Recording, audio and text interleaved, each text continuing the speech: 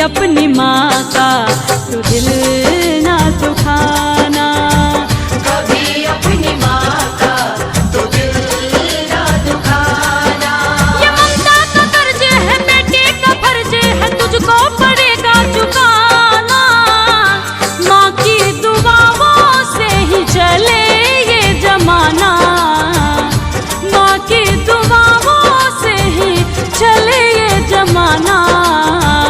कभी अपनी माँ का तू दिल ना दुखाना, कभी अपनी माँ का तू दिल ना दुखाना।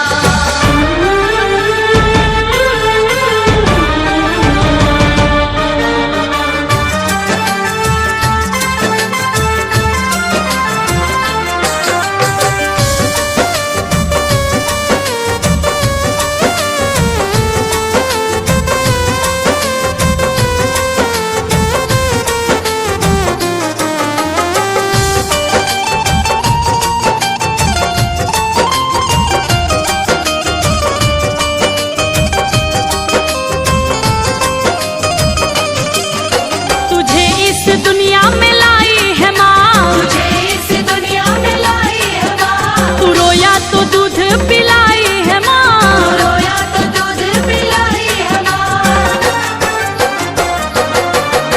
तुझे इस दुनिया में लाई है माँ, तू रोया तो दूध पिलाई है माँ। ये ममता का आंचल ओढ़ाई है माँ, उंगली पकड़ कर चलाई है माँ। वो बचपन के दिन तू अपने भूल न जाना, वो बचपन के दिन तू अपने भूल न जाना। कभी अपनी माँ का तू दिल ना दुखाना, कभी अपनी माँ का तू दिल ना दुखाना। मेरी माँ,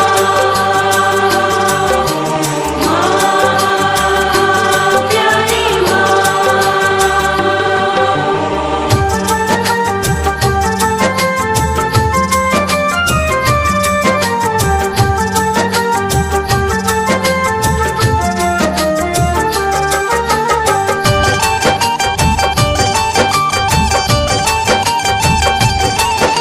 दोबारा न दुनिया में मिलती है माँ, दोबारा न दुनिया में मिलती है माँ। तुम्हारी खुशी से ही खिलती है माँ। तुम्हारी खुशी से ही खिलती है माँ।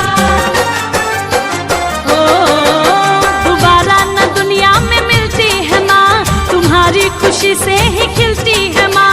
तुम्हें चोट आए तो रोती है माँ, ये भगवान से बढ़ के होती है माँ।